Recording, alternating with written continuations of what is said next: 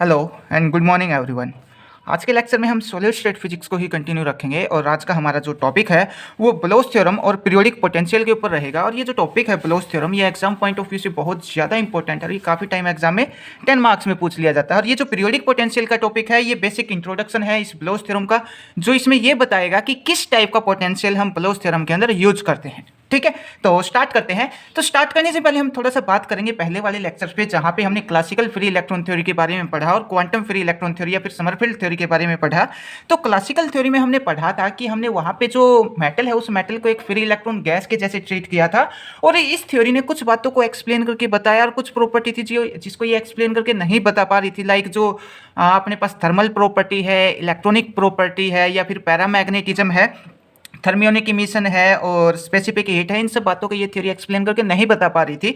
उसके बाद फिर हमने समरफील्ड थ्योरी या फिर क्वांटम थ्योरी के बारे में पढ़ा, जहाँ पे हमने ये पढ़ा था कि जो इलेक्ट्रॉन है वो किसी मेटल के अंदर फ्रीली मूव कर रहा है, पर जब वो किसी आयन के पास जाता है तो उस इलेक्ट्रॉन के ऊपर बहुत ज़्यादा फोर्स लगता है, और बहुत ज़्यादा फोर्स लगने के कारण उस इलेक्ट्रॉन का जो पोटेंशियल है वो कितना होगा, इनफाइनाइट पोटेंशियल होगा। मीन्स इलेक्ट्रॉन किसी भी मेटल के अंदर इनफाइनाइट पोटेंशियल से मूव करेगा, और इसको हमने एक वन डायमेंशन बॉक्स के जैसे ट्रीट किया था और फिर इस प्रॉब्लम को सोल्व किया था। पर ये जो थ्योरी है ये भी कुछ बातों को एक्सप्लेन करके बता पाई और कुछ बातों को एक्सप्लेन करके नहीं बता पाई। कौन कौन सी बातें थी जिसको एक्सप्लेन करके बताया? जैसे अपने पास जो इलेक्ट्रॉनिक प्रॉपर्टी है, थर्मल प्रॉपर्टी है, स्पेसिफिक हीट है, पैरामैग्नेटिज्म है, इलेक्ट्रिकल कंडक्टिविटी, थर्मियोनिक एमिशन, इन सब बातों को तो समरफील्ड थ्योरी ने एक्सप्लेन किया, पर कुछ से प्रॉब्लम्स ऐसी थी या कुछ प्रॉपर्टी ऐसी थी जिसको एक्सप्लेन करके नहीं बता पाई, लाइक कंडक्टर गुड होगा या बैड कंडक्टर होगा, इसके बारे में कोई इन्फॉर्मेशन नहीं दे पाई। उसके बाद जो रजिस्टिविटी है, रजिस्टिविटी टेम्परेचर के साथ कैसे वेरी करती है, इसके रजिस्टिविटी का और टेम्परेचर का क्या रिलेशन होगा, इसके बारे में भी एक्सप्लेन करके नहीं बता पाई। और साथ ही जो सेमीकंडक्टर है उन सेमीकंडक्टर की प्रॉपर्टी को भी एक्सप्लेन नहीं कर पाई। और हम बोल सकते हैं जो मैग्नेटिक ससेप्टिबिलिटी है, मैग्नेटिक ससेप्टिबिलिटी को भी एक्सप्लेन करके नहीं बता पाई थी। अब ये थ्योरी फेल की हुई, इसके ऊपर भी थोड़ा सा बात कर लेते हैं, क्योंकि इस थ्योरी में हमने बात की थी जो इलेक्ट्रॉन है इस इलेक्ट्रॉन का इनफाइनाइट और कांस्टेंट पोटेंशियल होगा, पर ये तो पॉसिबल नहीं है। किसी भी इलेक्ट्रॉन का इनफाइनाइट पोटेंशियल कैसे हो सकता है? अगर इलेक्ट्रॉन का इनफाइनाइट पोटेंशियल है तो इलेक्ट्रॉन मूव नहीं करेगा, रेस्ट में रहेगा, पर इलेक्ट्रॉन तो यहाँ पे मूव कर रहा है। ठीक है, तो इस कारण से ये मतलब बहुत ज़्यादा और सिंप्लीफिकेशन दे रखी थी समरफील्ड थ्योरी ने, इस कारण से ये जो थ्योरी है वो फेल होगी। उसके बाद फिर आगे हमने क्या लिया?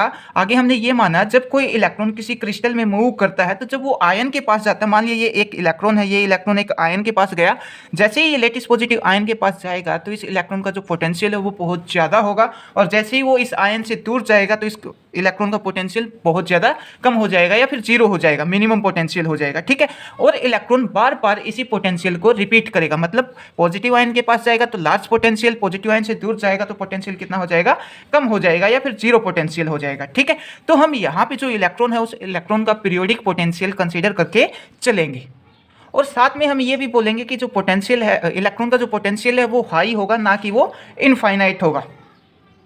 फिर उसके बाद ब्लोच थ्योरम आती है। ब्लोच थ्योरम अपने को ये बोलती है जो इलेक्ट्रॉन है, इलेक्ट्रॉन का पोटेंशियल पीरियोडिक होगा, और उसका हम प्लेन वेव सॉल्यूशन नहीं लेके चलेंगे। अपने पास एक श्रोडिंगर वेव इक्वेशन आएगी, पहले हम उस श्रोडिंगर वेव इक्वेशन का प्लेन वेव सॉल्यूशन लेके चल रहे थे। ठीक है, पर अब उसका ब्लोच थ्योरम के अकॉर्डिंग हम उसका प्लेन वेव सॉल्यूशन नहीं लेके चलेंगे, उसके साथ में एक फंक्शन और ऐड कर देंगे जिसको हम ब्लोच फंक्शन बोलते हैं। ठीक है, तो ये सब इसका थ्योरी है, और आज के इस लेक्चर में हम ब्लोच थ्योरम और पीरियोडिक पोटेंशियल की जो थ्योरेटिकल पार्ट है उसके बारे में डिस्कस करेंगे, और जो मैथमेटिकल पार्ट है उसके ऊपर हम एक सेपरेट से वीडियो अपलोड कर देंगे। ठीक है, और अगर आपको ये लेक्चर समझ में आता है तो आप इस चैनल को सब्सक्राइब कर सकते हैं, शेयर कर सकते हैं, और साथ ही अपने ये जो वीडियो अपने दोस्तों में भी शेयर कर सकते हैं।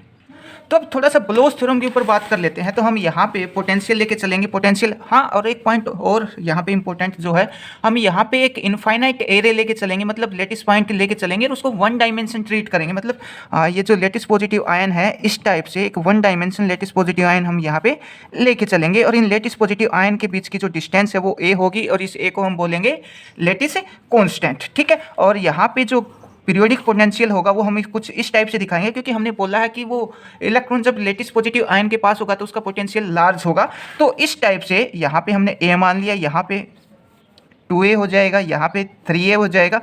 तो इस टाइप से आपको कुछ डायग्राम बना के आना, और पोटेंशियल कुछ इस टाइप से होगा अपने पास, इस टाइप से। ठीक है, इस टाइप से पोटेंशियल होगा, और इस तरफ आएंगे तो -a हो जाएगा, और थोड़ा आगे चलेंगे तो -2a हो जाएगा। यहाँ पे भी जो पोटेंशियल होगा वो कुछ इस टाइप से होगा।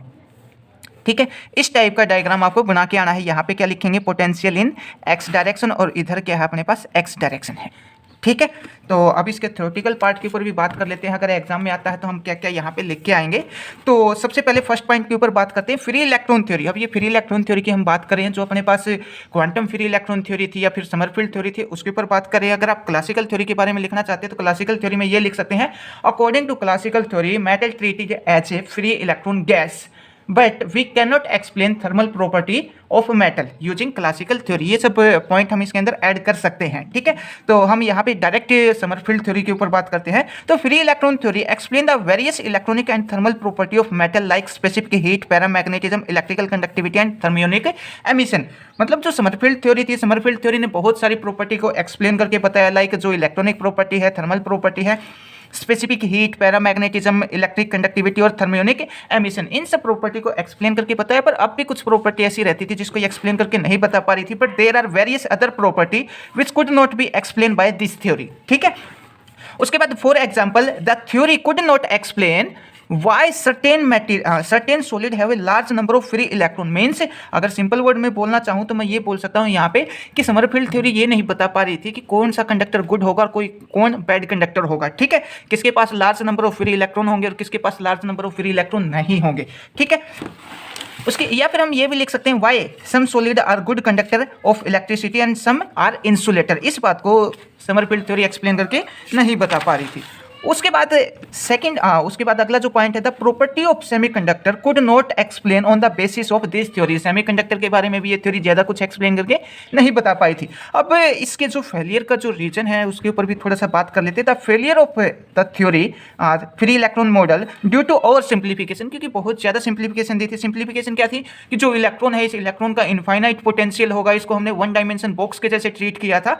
ठीक है, तो यहाँ पे यही पता रखा है, the failure of free electron model is due to over simplification assumption that is conduction electron in metal experience a constant और periodic constant और जीरो पोटेंशियल। यही बात है कि वो जब उस मेटल में मूव करेगा तो वो लेटिस पॉजिटिव आयन के पास जाएगा तो उसके ऊपर बहुत ज़्यादा लार्ज फोर्स लगेगा, और उस इलेक्ट्रॉन का जो पोटेंशियल है वो इनफाइनाइट लेके चले थे या फिर कॉन्स्टेंट जीरो पोटेंशियल के साथ वो उसके अंदर मूव कर रहा है। ठीक है, और ये बात बिल्कुल गलत है कि वो इलेक्ट्रॉन उस मेटल के अंदर या फिर उस क्रिस्टल के अंदर जीरो पोटेंशियल से मूव करेगा। ऐसा पॉसिबल नहीं है, क्योंकि उस मेटल के अंदर एक इलेक्ट्रॉन तो होगा नहीं, बहुत सारे फ्री इलेक्ट्रॉन होंगे। तो एक इलेक्ट्रॉन दूसरे इलेक्ट्रॉन का कुछ ना कुछ पोटेंशियल तो एक्सपीरियंस करेगा, कुछ ना कुछ फोर्स एक्सपीरियंस करेगा। ठीक है, वैसे ही कुछ ना कुछ लेटिस पॉजिटिव आयन भी होंगे, उन लेटिस पॉजिटिव आयन के साथ भी वो इंटरेक्ट करेगा, तो वहाँ पे भी कुछ ना कुछ पोटेंशियल होगा। तो ये बात बिल्कुल गलत है कि वो जीरो पोटेंशियल के साथ मूव करेगा। ठीक है, तो due to ion core and hence it is free to move about a crystal, और यहाँ पे बता रखा है जो आयन कोर के साथ उसका कुछ ना कुछ इंटरेक्शन होगा और वो फ्रीली मूव करेगा। अब नेक्स्ट पॉइंट में क्या बता रखा है, नेक्स्ट पॉइंट में यही है, due to over simplification of quantum free electron theory और Sommerfeld theory inside a crystal this is an infinite array of lattice. हमने पहले ये पॉइंट एक्सप्लेन करके बताया था कि हमने क्या माना समरफील्ड थ्योरी में कि कोई भी अपने पास लेटिस या कोई भी मेटल है, कोई भी क्रिस्टल और मेटल है, उसके अंदर क्या है, इनफाइनाइट एरे है। ठीक है, लेटिस पॉइंट का, और इनफाइनाइट एरे किसका लेंगे, लेटिस पॉजिटिव आयन का हम लेंगे। ठीक है, and this is an periodic arrangement of lattice positive charge ion through which electron move. ठीक है, तो यहाँ पे क्या है, पॉजिटिव चार्ज आयन की मतलब जो लेटिस है वो लेटिस पॉजिटिव चार्ज आयन का, जिसमें इलेक्ट्रॉन फ्री मूव कर रहा है। ठीक है, या फिर हम ये बोल सकते हैं electron move in positive ion field. ठीक है, और ये जो यहाँ पे हम लिखते हैं अकॉर्डिंग टू ब्लोच थ्योरम। ठीक है, अब ब्लोच थ्योरम क्या बोलती थी, electron move in positive ion field when electron near positive ion then periodic potential is large. मतलब जब कोई इलेक्ट्रॉन इस लेटिस पॉजिटिव आयन फील्ड में मूव करेगा, तो जब इलेक्ट्रॉन उस लेटिस पॉजिटिव आयन के पास होगा तो इलेक्ट्रॉन बहुत ज़्यादा फोर्स एक्सपीरियंस करेगा और उसका जो पोटेंशियल है वो बहुत ज़्यादा होगा, और जैसे जैसे वो दूर जाएगा उस लेटिस पॉजिटिव आयन से तो उसका पोटेंशियल स्मॉल हो जाएगा। ठीक है, and small when electron away from the positive ion, और पोटेंशियल स्मॉल कब होगा, जब वो लेटिस पॉजिटिव आयन से अवे होगा, दूर होगा। ठीक है, and this potential is repeated for positive ion, so crystal potential is periodic. और हम क्या बोलेंगे यहाँ पे, क्रिस्टल पोटेंशियल कैसा होगा अपने पास, पीरियोडिक होगा। और यहाँ पे हम ये बोल सकते हैं कि एक second, electron move in periodic potential in lattice positive ion को, जो इलेक्ट्रॉन है वो आयन कोर में पीरियोडिक पोटेंशियल के साथ मूव करेगा। अब हम यहाँ पे जो अपने पास फ्री इलेक्ट्रॉन होता है वो फ्री इलेक्ट्रॉन उस लेटिस पॉजिटिव आयन कोर में किस टाइप से मूव करेगा जब हम उसका पोटेंशियल कितना लेके चलें, वी एक्स इक्वल टू 0। अब इस पोटेंशियल के हम श्रोडिंगर वेव इक्वेशन को सोल्व करेंगे। तो one dimension Schrodinger wave equation हम कंसीडर करके चलेंगे। यहाँ पे time independent Schrodinger wave equation होती है अपने पास, तो ये होती है D square psi by D X square plus 2m by H cut square E minus V, और v is the function of x into psi equal to 0।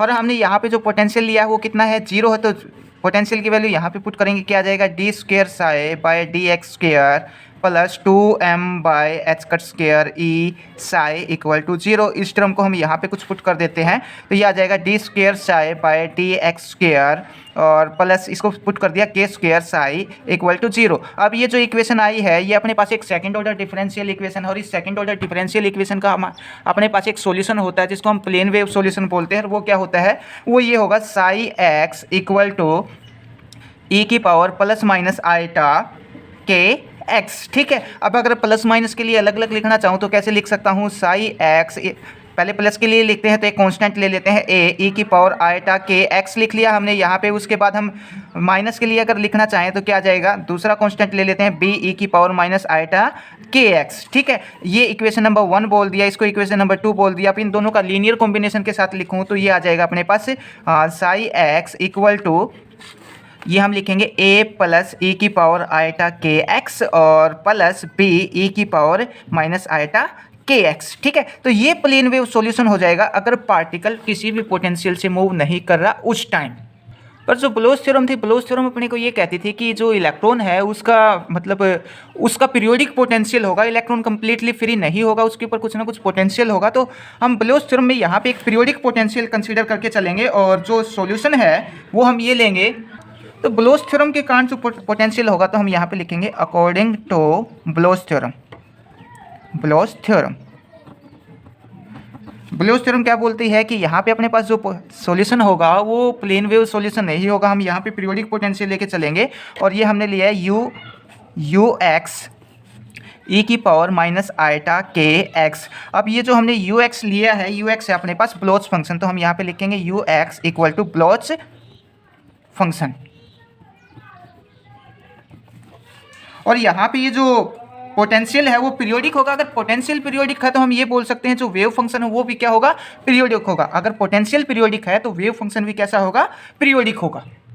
तो अब अगर हम इसको थोड़ा सा आगे सोल्व करें तो हम यहाँ पे एक लेटिस पॉजिटिव आयन मान लेते हैं, वन डायमेंशन कुछ इस टाइप से। ठीक है, और हमने एक पॉइंट के ऊपर मान लिया कि मान लिया ये जो पॉइंट है इस पॉइंट के ऊपर अपना जो वेव फंक्शन है वो कितना है, साई एक्स।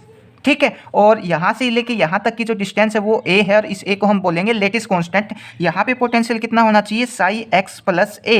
मतलब हमने ये बोला था पहले कि जब इलेक्ट्रॉन लेटिस पॉजिटिव आयन के पास जाएगा तो उसका पोटेंशियल क्या होगा, लार्ज होगा, और जैसे ही अवे जाएगा तो उसका पोटेंशियल क्या हो जाएगा, कम हो जाएगा। तो यहाँ पे ये लेटिस पॉजिटिव आयन के पास आया तो इस इलेक्ट्रॉन का पोटेंशियल क्या होगा, लार्ज होगा। अब ये इलेक्ट्रॉन दूसरे लेटिस पॉजिटिव आयन के पास आया तो उसका पोटेंशियल फिर से क्या होगा, लार्ज होगा। ठीक है, तो हम इस लेटिस पॉजिटिव आयन के पास जो पोटेंशियल है और इस लेटिस पॉजिटिव आयन के पास जो पोटेंशियल है वो कैसा होना चाहिए, इक्वल होना चाहिए, और वेव फंक्शन भी कैसा होना चाहिए, इक्वल होना चाहिए।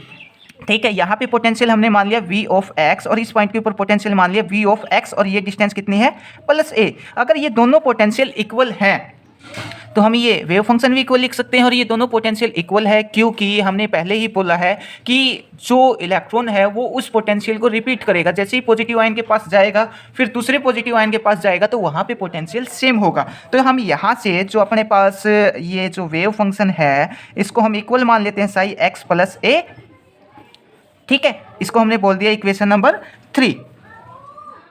अब अगर हम इसको ब्लोच फंक्शन की हेल्प से लिखना चाहे तो ये लिख सकते हैं यू एक्स प्लस ए और साथ में ई की पावर आईटा के, और x की जगह हम क्या पुट करें, x प्लस ए पुट करें तो यहाँ पे भी क्या आ जाएगा, x प्लस ए आ जाएगा अपने पास, और इक्वल टू क्या आ जाएगा, यू एक्स ई की पावर आईटा के एक्स।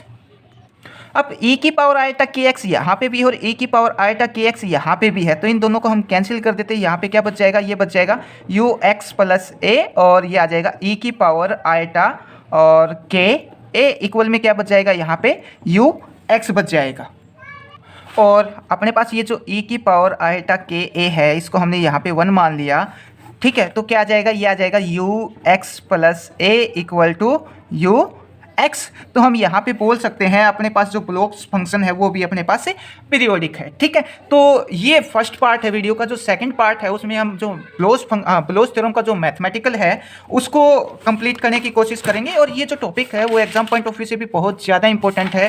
अगर आपको ये जो थियोरटिकल पार्ट है और जो पीरियोडिक पोटेंशियल का जो पार्ट है वो अगर समझ में आया है तो आप अपने दोस्तों में भी वीडियो शेयर कर सकते हो और साथ ही चैनल भी सब्सक्राइब कर सकते हो। Thank you.